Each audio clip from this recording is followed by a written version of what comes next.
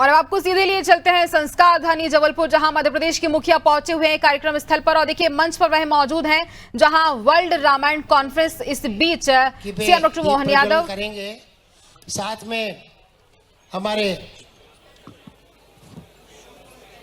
सभी विधायकगण।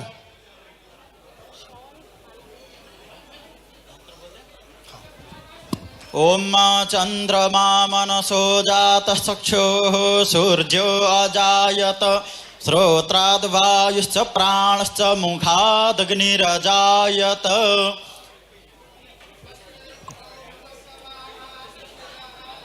ओम अग्निर्ज्योतिर्ज्योतिरग्निः स्वाहा सूर्यो ज्योतिर्ज्योतिः सूर्यः स्वाहा अग्निर्वर्चो ज्योतिर्वर्चः स्वाहा सूर्यो वर्चो ज्योतिर्वर्चः स्वाहा ज्योतिः सूर्यः सूर्यो ज्योतिः स्वाहा। धन्यवाद जी। हम लोगों की तरफ से केवल 2 भाषण होंगे जी, सीएम का और उनका जी, केवल 2। मेरा भी नहीं, हम लोग की तरफ से नहीं जी जी।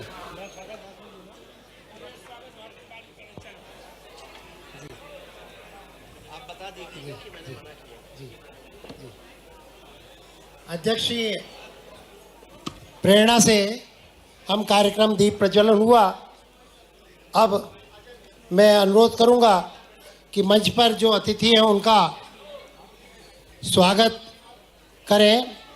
श्रद्धेय ज्ञानेश्वरी दीदी हमारे परम पूज्य आराध्य रामभद्राचार्य जी महाराज का स्वागत करेंगी। और मैं अनुरोध करूंगा हमारे आयोजन अध्यक्ष माननीय श्री ये स्वागत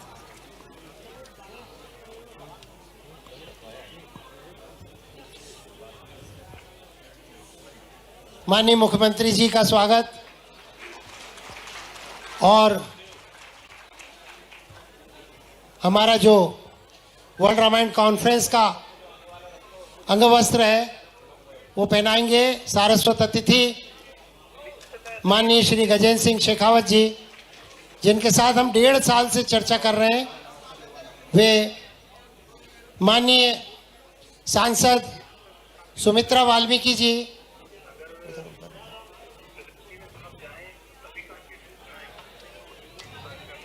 अंगवस्त्र और से स्वागत।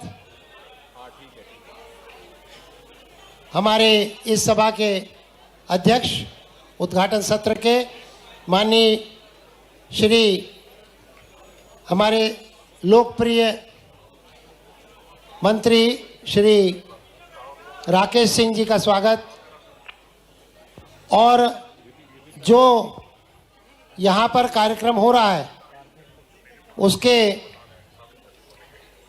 श्री रामचंद्र पथगमन न्यास के उपाध्यक्ष श्री लोधी जी, हमारे मेयर साहब और मैं राघवेंद्र गुमाश्ता से अनुरोध करूंगा कि वे विधायक गणों का अभिनंदन करेंगे। रिंकू विज जी हैं, संतोष परकड़े जी हैं, नीरज सिंह जी हैं, हमारे इंदु तिवारी जी हैं। सुंदरकांड के पाठ करेंगे। वो सुंदरकांड के 25,000 की जगह 28,000 पाठ संभव हुए तो ये जनता जनार्दन के सहयोग से पाठ हुए। सुंदरकांड के पाठ गांव-गांव के अंदर हुए, चौपालों के अंदर हुए, मंदिरों के अंदर हुए, स्कूलों के अंदर हुए, शिक्षा संस्थान में हुए। और सुंदरकांड के पाठ का समापन जब कल हो रहा था तब भी हाल इसी प्रकार यहाँ पर भरा हुआ था। आप आए हैं, आपका हम स्वागत करना चाहते हैं। आपको धन्यवाद देने के लिए हमारे पास शब्द कम कर रहे हैं, क्योंकि इस बार के आयोजन की सारी भव्यता आपकी सदाशयता के कारण, आपकी उदारता के कारण और मध्य प्रदेश सरकार के विशेष सहयोग के कारण संभव हो पाई है। यदि दिल्ली सरकार की उपस्थिति यहाँ संभव हुई है तो गजेंद्र शेखावत जी के कारण संभव हुई है। आप सबका मैं हृदय से बहुत बहुत आभार प्रकट करता हूँ। जरा जोरदार तालियां बजा के समस्त मंचांश सदस्यों को धन्यवाद दें। धन्यवाद। जय हिंद, जय भारत। बहुत बहुत धन्यवाद। मैं अनुरोध करूंगा माननीय श्री राकेश सिंह जी से कि वे अध्यक्ष। मैं सभी को प्रणाम करता हूं। पूज्य महाराज जी के चरणों में नमन। चूंकि समय की कमी है इसलिए मैं चाहूंगा कि हम माननीय मुख्यमंत्री जी और हमारे माननीय केंद्रीय मंत्री जी को सुने। आप सभी को प्रणाम। बहुत बहुत धन्यवाद। मैं अनुरोध करूंगा हमारे यहाँ उपस्थित सारस्वत अतिथि माननीय श्री गजेंद्र सिंह शेखावत जी से कि वे कृपया अपना उद्बोधन प्रस्तुत करें। हम बता रहे हैं कि 1.5 साल से आपसे संपर्क है, आपसे लगातार विश्व रामायण सम्मेलन के समय में के विचार जानते रहे और उन्होंने कई निर्देश दिए जिनका हम पालन कर रहे हैं। ऋषि जाबाली की इस पवित्र धरती पर वर्ल्ड रामायण कॉन्फ्रेंस के 4थे संस्करण में आज हम सब के बीच में जिनकी पावन उपस्थिति, जिनकी गरिमामयी उपस्थिति थे, न केवल कार्यक्रम गरिमामयी हुआ है अपितु इस कार्यक्रम में उपस्थित होने वाले हर एक व्यक्ति को एक अनूठा स्पंदन महसूस करने को मिलेगा। ऐसे जगतगुरु स्वामी रामभद्राचार्य जी के श्री चरणों में प्रणाम करते हुए उनका अभिवादन करता हूं, उनका अभिनंदन भी करना चाहता हूं। मंच पर उपस्थित मध्य प्रदेश के यशस्वी मुख्यमंत्री और जिनके शासनकाल में मध्य प्रदेश डबल इंजन की सरकार और डबल इंजन की ताकत से चलते हुए मध्य प्रदेश में सुशासन और रामराज्य स्थापित करने की कल्पना को साकार कर रहे हैं, ऐसे आदरणीय डॉक्टर मोहन यादव जी, मंच पर उपस्थित श्रद्धेय साध्वी ज्ञानेश्वरी दीदी, माननीय मंत्री मध्य प्रदेश शासन सार्वजनिक निर्माण विभाग आदरणीय श्री राकेश सिंह जी, मेरे साथी मंत्री मध्य प्रदेश में पर्यटन और संस्कृति का काम देख रहे आदरणीय श्री धर्मेंद्र भाव सिंह लोधी जी, मंच पर उपस्थित राज्यसभा की सम्मानित सांसद हमारी बहन आदरणीय सुमित्रा जी, लोकसभा में जबलपुर का प्रतिनिधित्व करने वाले असीम ऊर्जा के धनी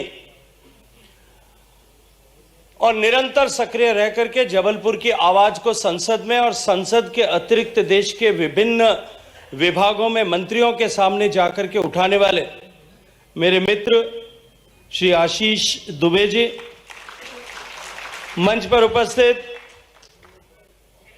जबलपुर के सम्मानित महापौर, सभी विधायकगण, आदरणीय गुमाश्ता साहब, आदरणीय अजय बिश्नोई साहब, मंच पर उपस्थित और मंच के सामने बैठे हुए सभी सम्मानित जनप्रतिनिधिगण और देश के विभिन्न कोनों से भगवान श्री राम के और रामायण इन दोनों के विषय पर चर्चा करने के लिए आए सभी सम्मानित संत, विद्वज्जन और जबलपुर के सुधी राम भक्त ऐसे सारे नागरिकों, पत्रकार मित्रों,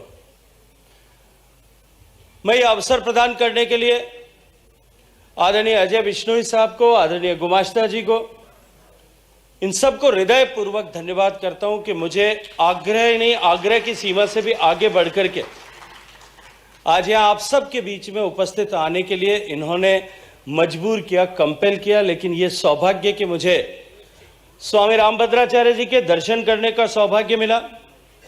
इतने सारे संत, और जब मैं संत कहता हूं तो ये जो भारत की सनातन संस्कृति है, संस्कृति को सनातन बनाए रखने के अधिकारी और जिम्मेदार अगर कोई थे, हजारों सालों तक भारत की सनातन संस्कृति और सभ्यता को मिटाने के लिए जितने प्रयास हुए, उन प्रयासों के बावजूद तलवारों की ताकत के आधार पर, शक्ति के आधार पर, वैचारिक प्रदूषण के आधार पर अंग्रेजों के कालखंड में और उसके बाद में वामपंथियों के इस कालखंड में इस भारत के भारतीय तत्व, भारत की आत्मा और भारत की संस्कृति को, सनातन संस्कृति को अवरुद्ध करने की जितनी कुचेष्टाएं हुई, कवि ने लिखा, यूनान मिस्र रोमा सब मिट गए जहां से, कुछ बात है कि हस्ती मिटती नहीं हमारी। और वो बात जो थी, वो बात ये भारत की ऋषि परंपरा, भारत की संत परंपरा थी, जिसने भगवान का वेश धारण करके समाज को निरंतर न केवल चैतन्य स्वरूप प्रदान किया, अपितु उसे सन्मार्ग पर रखने के लिए, सनातन की संस्कृति के संरक्षण के लिए निरंतर प्रेरित किया। ऐसे संतों के दर्शन का सौभाग्य मुझे प्रदान किया। इस वर्ल्ड रामायण कॉन्फ्रेंस में हम सब लोग भगवान श्री राम, राम के चरित्र, राम की कथा, राम के आदर्श, इन सब पर यहां अनेक तरह के विषयों पर विचार विमर्श करेंगे। अभी जब अजय जी कह रहे थे तब उन्होंने कुछ विषय, उन्होंने कहा इतने सारे सब्जेक्ट मैटर एक्सपर्ट्स आए हैं, 120 से ज्यादा एक्सपर्ट्स हैं, 100 उनके अलग अलग व्याख्यान होंगे। लेकिन भगवान श्री राम का चरित्र तो तुलसीदास जी महाराज कह गए हैं कि हरि अनंत, हरि कथा अनंत। तो जितना उसका विस्तार देना चाहें, जितने उसके हम जो है उनके जिस आशय के साथ में, जिस स्वरूप के साथ में, जिस दृष्टिकोण से हम देखना चाहें, वहां उनका जीवन और उनका चरित्र हम सब के सामने एक आदर्श उपस्थित करता है, एक प्रेरणा उपस्थित करता है। इसलिए 120 तो कम है, अगर साहस करके आप 1200 को बुला लेंगे तो भी उतना, तो भी शायद ये सब्जेक्ट मैटर कम नहीं होने वाला। आदरणीय अजय भाई साहब गुमाश्ता जी जब मेरे पास में आए थे और इन्होंने कहा कि हम वर्ल्ड रामायण कॉन्फ्रेंस करते हैं, तो मैंने इनसे कहा कि इसको अगर ट्रू सेंस में वर्ल्ड रामायण कॉन्फ्रेंस करना है हमको, तो हमको जबलपुर का मोह त्याग करके और जबलपुर से बाहर निकल करके देश के अन्य केंद्रों में और दुनिया के अन्य स्थानों पर जाकर के हम रामायण के बारे में चर्चा करें। अजय जी भाई साहब ने स्वीकार तो किया, पर यहां आकर के फिर जबलपुर के मोह में फंस गए और अभी मंच पे खड़े होकर के कह रहे थे कि जबलपुर ऋषि जाबाली की धरती है, जबलपुर के लोगों का स्नेह है, जबलपुर के लोगों का भगवान राम के प्रति श्रद्धा है, जबलपुर के लोगों ने 25,000 का अनुरोध करने पर 28,000 सुंदरकांड किए हैं। भाई साहब यहां से बाहर निकल करके कहीं जाते तो 58,000 भी हो सकते थे और 1,01,000 भी हो सकते थे। आप ऐसा मत मानिए कि जबलपुर तक ही सब कुछ सीमित है। भगवान राम के लिए हम जाकर के, अगर जर्मनी में भी आप जाकर के करोगे तो वहां पे भी 28,000 से ज्यादा सुंदरकांड का पाठ करने वाले, निश्चित रूप से भगवान श्री राम की आराधना करने वाले लोग मिलेंगे। आज क्योंकि समय की सीमितता है, मुझे भी तुरंत वापस जाना है, माननीय मुख्यमंत्री जी भी अपने सारे व्यस्त कार्यक्रमों को छोड़ करके यहां आए हैं। मैं बहुत ज्यादा विस्तार नहीं करना चाहता, लेकिन मैं इतना अवश्य कहना चाहता हूं कि निश्चित रूप से आने वाले 2-3 दिन तक जब इस कॉन्फ्रेंस में जो चर्चा होगी, आज 3 तारीख 4 तारीख तक जो चर्चाएं होंगी, और भगवान राम की जो प्रासंगिकता, जो युग निरपेक्ष है, काल निरपेक्ष है, कभी भी काल जयी है, कभी वो काल बाह्य हो नहीं सकता। भगवान श्री राम का चरित्र जिस तरह से उन्होंने अपने जीवन में जो आदर्श दिए, भगवान सीता माता की जो पवित्रता है, भगवान हनुमंत लाला की जो साधना है, जो उनकी सेवा है, वो कभी काल बाह्य नहीं हो सकती। और भारत को भारत बनाए रखने पर तुलसी बाबा की रामचरितमानस ने बहुत बड़ा योगदान किया। उस कालखंड में जब मुगल आक्रांताओं के शासन के समय में जब भारत का आत्मविश्वास डगमगा रहा था, जब भारत के लोगों के सामने अपने इस धर्म के ऊपर विश्वास करने का एक संकट पैदा हो गया था, भगवान वाल्मीकि ने 1000 साल पहले राम जो है रामायण का सृजन किया होगा। लेकिन बाबा तुलसीदास जी ने सामान्य व्यक्ति की भाषा में, सामान्य बोलचाल की भाषा में भगवान राम के चरित्र को जिस तरह से उद्घाटित किया, इस चित्रकूट की धरती पर रहकर के कहा जाता है कि भगवान ने जब लिखा था, तब भगवान ने जब तुलसी बाबा ने भगवान की कथा लिखी और वो चरित्र जिस तरह से लोगों के जीवन में एक उत्प्रेरक के रूप में जिस तरह से उसने काम किया, उसने सनातन के प्रवाह को सुरक्षित रखने और लोगों का अपने धर्म और आस्था पर विश्वास को जो है वो बढ़ाने के लिए उन्होंने, उनके इस कथा ने, उनके इस चरित्र ने, उनके इस महाकाव्य ने, उनके इस भगवान श्री राम की स्तुति ने बहुत बहुत बड़ी भूमिका का निर्वहन किया। और आज जब एक तरफ भारत सांस्कृतिक पुनर्जागरण के दौर से गुजर, एक तरफ भारत बदलाव के दौर से गुजर रहा है, भारत की संस्कृति, भारत की सांस्कृतिक मान्यताओं और सनातन के सारे मूल्यों का सम्मान पूरे विश्व भर में नए सिरे से स्थापित हो रहा है, वहीं दूसरी तरफ इस डिजिटल युग में जिस तरह से सह आशय वैचारिक प्रदूषण दुनिया की भारत विरोधी ताकतों के द्वारा फैलाया जा रहा है, ऐसे महत्वपूर्ण कालखंड में रामचरितमानस और भगवान राम के चरित्र को इन युवाओं के साथ में ले जाकर के युवाओं को रामायण का एम्बेसडर बने, वो रामचरितमानस के एम्बेसडर बने, इस दृष्टिकोण से ये कार्यक्रम आयोजित किया जाना निश्चित रूप से अभिनंदन के योग्य है, साधुवाद के योग्य है। मैं इसके पीछे खड़े सब लोगों को और इसके प्रेरक आदरणीय ज्ञानेश्वर दीदी के श्री चरणों में प्रणाम करता हूं, उनका अभिनंदन करता हूं कि उन्होंने इतना थॉटफुल आइडिया लिया।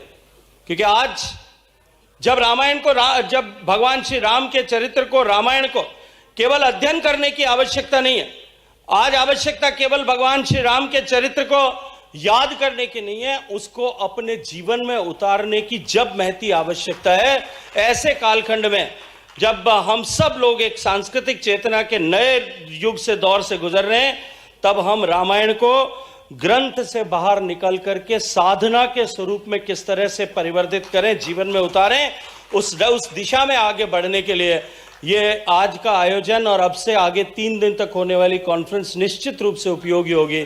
लेकिन मैं फिर अजय भाई साहब को और गुमाश्ता जी को कहूंगा कि ये रसास्वादन और ये लाभ केवल जबलपुर वालों को हर साल मिले या 2 साल बाद में हमेशा जबलपुरी को ही मिले, इस मोह से बाहर निकल करके इसको देश के दूसरे कोनों में भी ले जाएं। निश्चित रूप से जबलपुर का देश ऋणी होगा।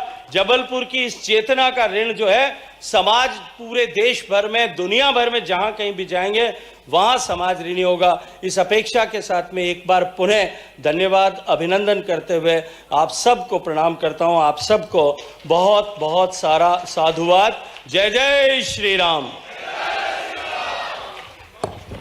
डॉक्टर अखिलेश गुमाश्ता जी द्वारा श्रीमद् भगवत गीता को जापानी विशिष्ट हाइकू शैली में लिखा गया है, उसकी पुस्तक के विमोचन के लिए मैं आमंत्रित करूंगा एवं साथ ही स्मारिका, वर्ल्ड रामायण कॉन्फ्रेंस की स्मारिका के विमोचन के लिए श्री पंकज गौड़ जी एवं नीलांजना पाठक जी को निवेदन करूंगा। जापान की ये विशिष्ट शैली है हाइकू, इसका 7 विदेशी भाषाओं में अनुवाद हुआ है।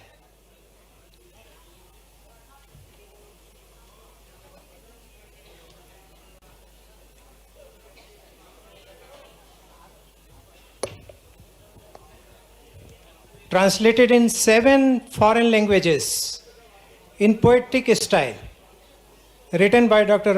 Akhilesh Gumashta ji.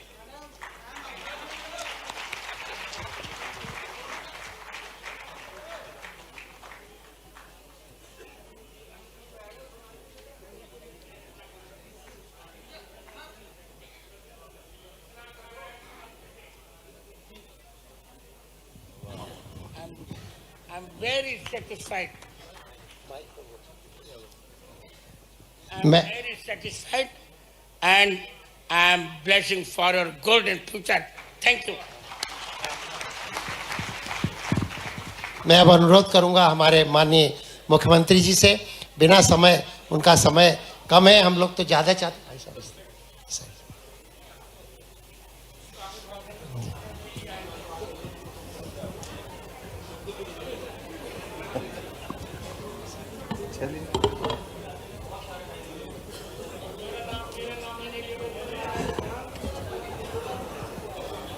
बोलिए प्रभु रामचंद्र महाराज की, जगत गुरु राम भद्राचार्य महाराज की, साध्वी ज्ञानेश्वर दीदी की, सभी संत वृंद की, नर्मदे हर।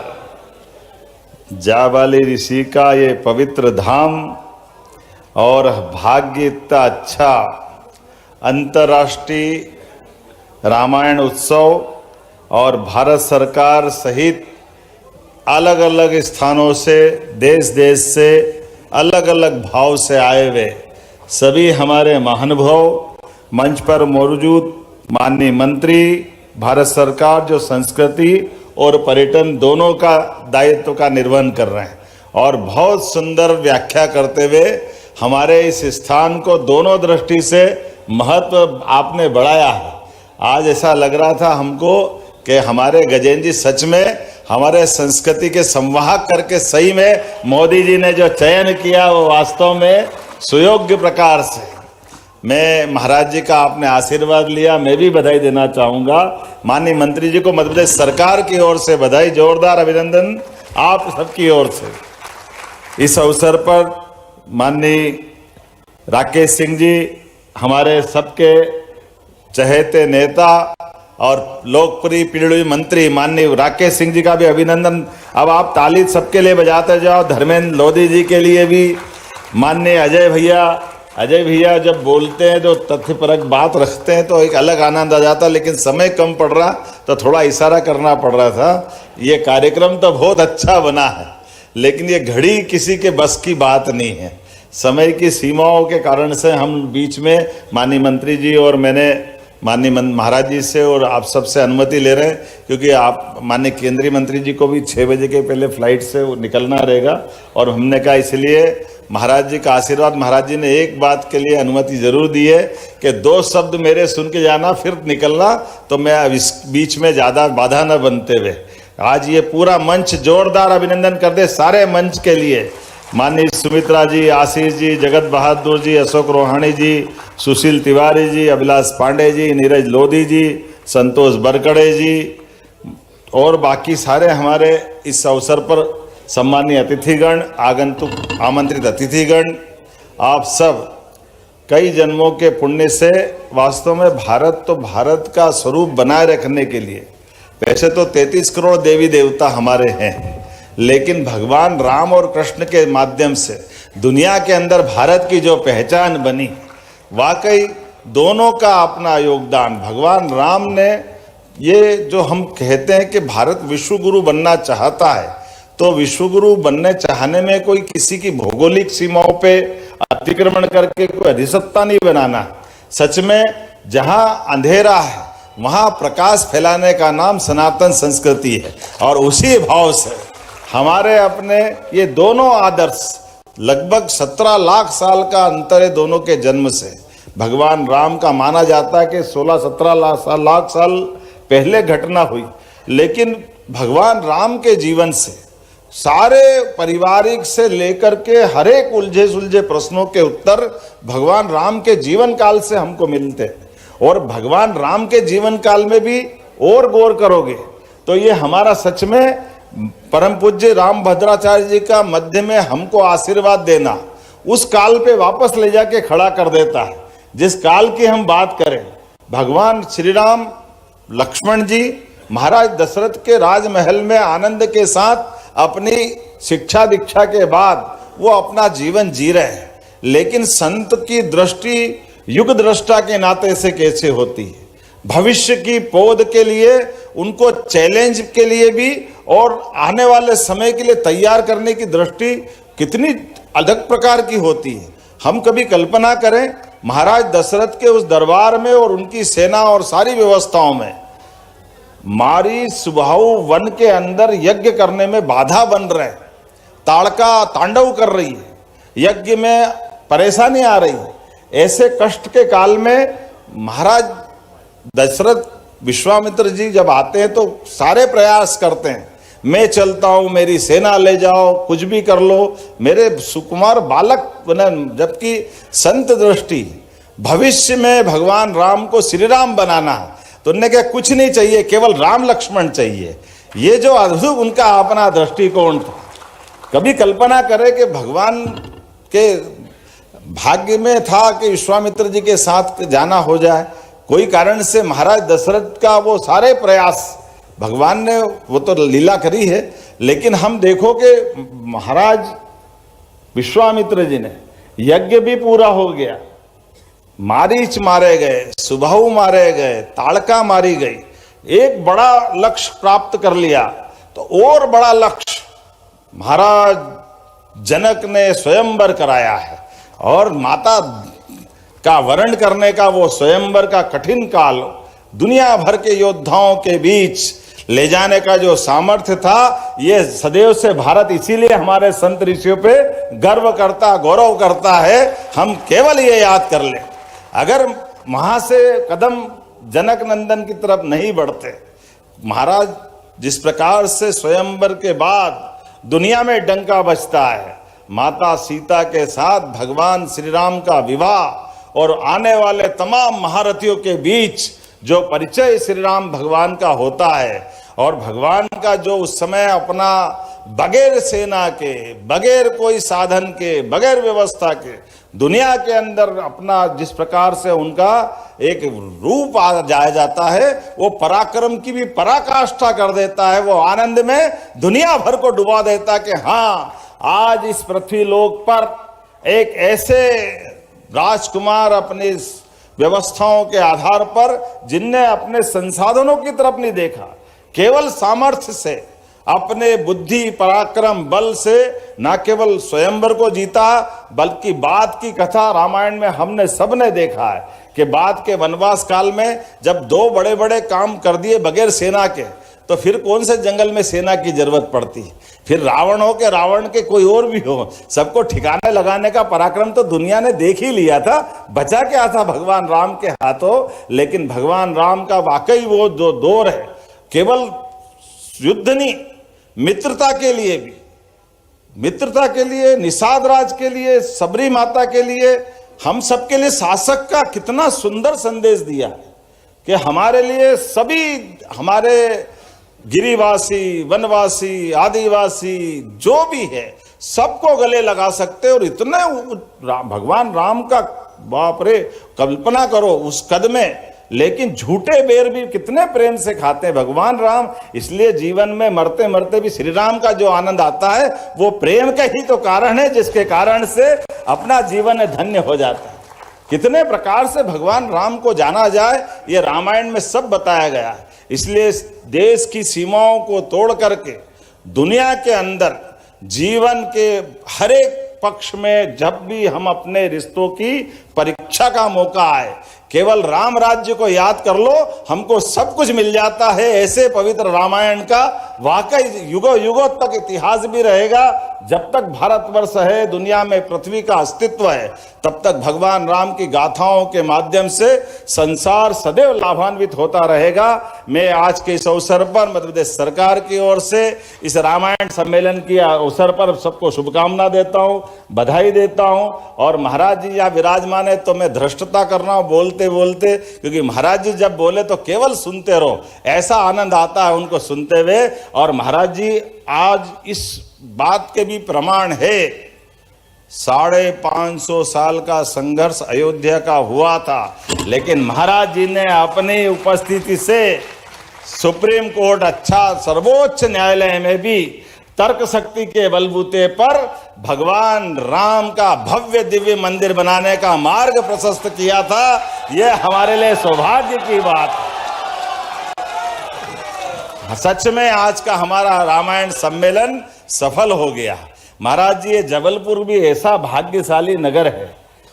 हमने माता नर्मदा की जय जयकार तो पूरी नर्मदा परिक्रमा में करते हैं, लेकिन जाबाली ऋषि का प्रताप है कि यहाँ के काले पत्थर भी संगमरमर के बन जाते हैं। ये दुनिया में कहीं नहीं होता, ये केवल जबलपुर में ही होता है।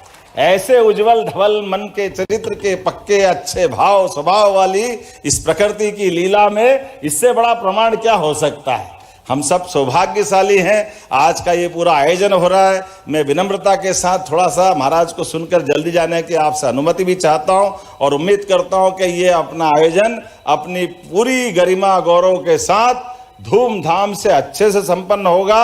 और आपने कहा अगली बार जबलपुर में भी होगा, जहाँ जहाँ आप चाहोगे मामा होगा, कोई परेशानी नहीं। हमारे मंत्री जी को भी मैं इस आश्वस्त करता हूँ। लेकिन ये बात सही है कि भगवान राम को भजन करने के लिए जहाँ मौका मिले हमारा जीवन ने धन्य करता है। मेरी अपनी ओर से पुनः एक बार फिर इस अच्छे आयोजन की बधाई। बोलो जय श्री राम। जय श्री राम। भाई साहब, मन नहीं भरा है, फिर पुनः बुलाएंगे। मैं अनुरोध करूंगा महाराज जी के हाथों हमारे जो राम पथ गमन न्यास के अध्यक्ष हैं, महाराज जी के द्वारा प्रदान करेंगे श्री राम वन पथ गमन न्यास का ड्राफ्ट रिपोर्ट। अब मैं अनुरोध करूंगा बिना देरी किए परम पूज्य गुरुदेव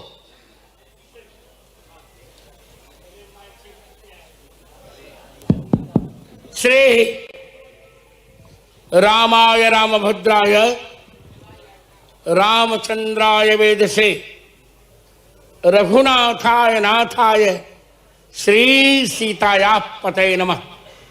श्री सीतानाथ समारंभाम श्री रामानंदार्य मध्यमाम अस्मदाचार्य पर्यंताम वंदे श्री गुरु परंपरा। इस चतुर्थ विश्व रामायण उपवेशन में विशिष्ट अतिथि की भूमिका निर्वहन करने वाले मेरे वात्सल्य भाजन मध्य प्रदेश के यशस्वी मुख्यमंत्री आयुष्मान डॉक्टर मोहन यादव एवं मेरे बहुत ही वात्सल्य भाजन राजस्थान से आए हुए, जहां के लिए कहा जाता है कि राणा प्रताप के घोड़े से पड़ गया हवा का पर था, ऐसे आयुष्मान गजेंद्र सिंह शेखावत मुझे मेरी छोटी बहन, अच्छा, तो मेरी बेटी ज्ञानेश्वरी, सभी सम्मानित सदस्यगण, यद्यपि स्वागत भाषण में अजय जी ने थोड़ा मुझे नेग्लेक्ट किया था, पर मैंने सहन कर लिया। हम कहा ठीक है, क्योंकि मान अपमान उस तुल्य है। 2 वाक्य बोलकर मैं मुख्यमंत्री और गजेंद्र जी को भेजूंगा। 2 वाक्य बोल रहा हूं, इस बार मैं बोलूंगा। देखिए, रामायण सम्मेलन का अर्थ होता है कुछ मिथक तय करना। जब तक हम मिथक तय नहीं करेंगे तब तक रामायण सम्मेलन कैसे। और आज दुर्भाग्य ये है कि लोग सब कुछ कर रहे हैं और पढ़ते लिख करेंगे। आज 2-3 चर्चा मैं करके इनको पहले छोड़ूं, फिर मैं आपसे चर्चा करूंगा। बार बार श्री राम की चर्चा की जाती है। अभी गजेंद्र जी ने इतना सुंदर कहा, मेरा मन हो रहा था कि इस बालक को गोद में लेकर मैं घूमूं। और मुझसे चर्चा करके डॉक्टर मोहन यादव ने जो बात कही, हृदय से मैं आशीर्वाद देता हूं। ये सामान्य बात नहीं है, प्रशंसा नहीं कर रहा हूं। इनके बेटे का विवाह हुआ, आप मुझे सुनिए, इनके बेटे का विवाह हुआ। मैंने कहा मैं तो नहीं आ पा रहा हूं, आप आशीर्वाद दीजिए। बेटे आप या तो चुप रही, नहीं मैं माइक फेंकूं। No no, I will not tolerate. Let me say, अपने पुत्र के विवाह के तुरंत बाद इन्होंने पुत्र और पुत्र वधू को नर्मदा परिक्रमा के लिए भेज दिया। ये बहुत बड़ा कार्य था। अब मैं रामायण जी के 2-3 बात कह रहा हूं। राम है कौन? आप चुप रहिए, उधर चुप कराइए, नहीं तो चलूं। राम है कौन? क्या योगियों में रमने वाले राम? क्या सबको रमाने वाले राम? आज की दृष्टि में गजेंद्र जी, राम का अर्थ क्या है? रा का अर्थ है राष्ट्र और मां का अर्थ है मंगल। राष्ट्रस्य मंगलम यस्मात् तस्माद् रामेतीर्यते। अजय जी, जिसके द्वारा इस राष्ट्र का मंगल होता है उसका नाम है मंगल भवन अमंगल हारी द्रवहु सुदशरथ अजीर बिहारी। एक पक्ष आप बोलते रहेंगे नहीं, आप जानते कि नहीं, मैं पद्म विभूषण भी हूं और ज्ञानपीठ पुरस्कार प्राप्त भी हूं। तो थोड़ा सुनिए मुझे। दूसरा मेरा आज एक अनुरोध है, केंद्रीय मंत्री से भी और मुख्यमंत्री से भी। वर्ल्ड रामायण कॉन्फ्रेंस तब सफल होगी जब रामचरितमानस जी को संसद में बहुमत के आधार पर राष्ट्र ग्रंथ घोषित कर दिया जाए।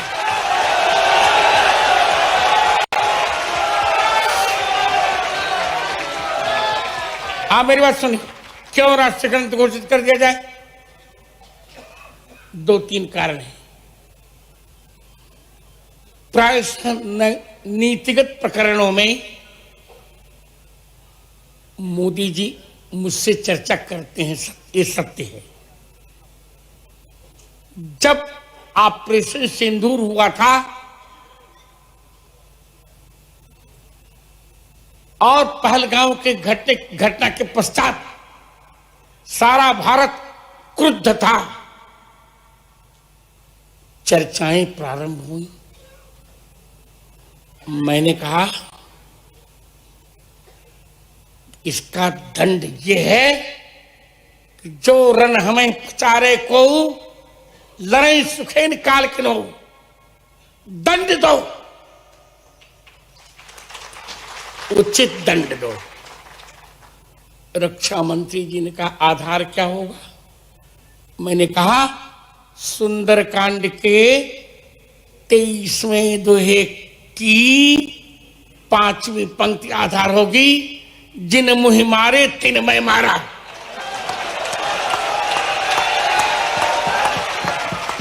और यही हुआ, हमने उन्हीं को दंड दिया जिन्होंने हमें दंड दिया, जिन्होंने हमारे निरपराध युवकों को दंड दिया था।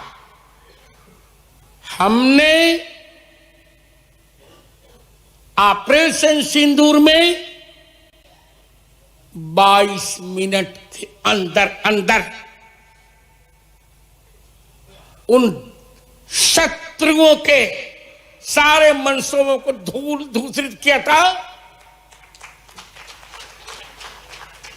इसके पश्चात हमारे एक सेनाधिकारी ने यही दोहा कहा, तो सुंदरकांड का 57वां दोहा है, विनय न मानत जल से जड़, गए 3 दिन बीती, बोले राम सकोप तब, भय बिन होई न प्रीत।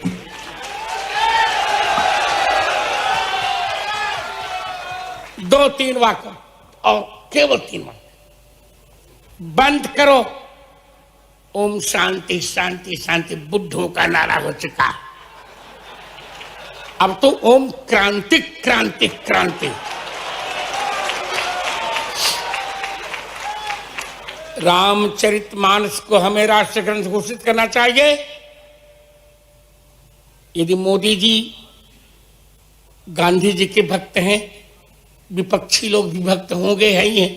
अभी मनरेगा में और जी राम वाले में बहुत विवाद चल रहा है। गांधी जी ने एक कीर्तन प्रारंभ किया था, रघुपति राघव राजा राम पतित पावन सीता। ये 5 शब्द बस यही कहकर छोड़ रहा हूं आपको मुख्यमंत्री जी। ये 5 शब्द नोट करिए आप भी, गजेंद्र जी। ये 5 शब्द गांधी जी ने रामचरितमानस से लिए थे।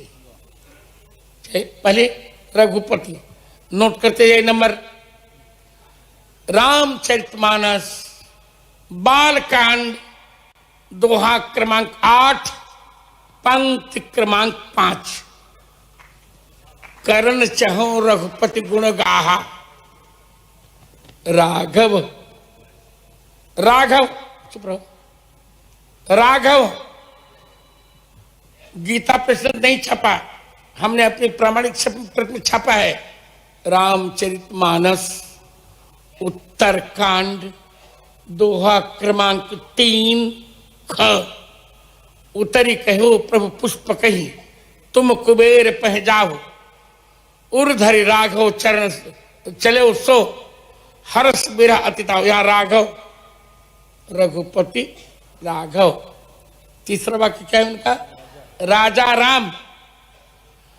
रामचरितमानस बालकांड दोहा क्रमांक 26 पंक्ति क्रमांक 6, राजा राम जानकी अवध राजधानी। चौथा वाक्य गांधी जी का क्या है? पतित पावन। उत्तरकांड 130 दोहा क्रमांक 130 पंक्ति क्रमांक 7, जास पतित पावन बड़ बाना। पांचवा शब्द गांधी जी ने क्या लिया था? सीताराम। मानस बालकांड मंगलाचरण 4, सीताराम गुणग्राम पुण्यारण बिहारिणम। मैं ये कहना चाहता हूं कि यदि रामचरितमानस के 5 शब्दों को लेकर गांधी जी ने कीर्तन बनाया और आपके कहने से, हम तो दूसरी बात कहें, पर आपके कहने से गांधी जी ने स्वतंत्रता में बहुत लोगों को इकट्ठा किया स्वतंत्रता आंदोलन में, तो जो गांधी जी के उपासक हैं उनको रामचरितमानस को राष्ट्र ग्रंथ घोषित कर देना चाहिए। अब मुख्यमंत्री और ये हमारे शेखावत गजेंद्र सिंह जी जा सकते हैं। रामचरितमानस को दुनिया का वर्ल्ड हेरिटेज मेमोरी रजिस्टर है, उसमें इंस्क्राइब करा दिया है सर। अभी हम सब यहीं रुकेंगे। परम पूज्य अब ये मंच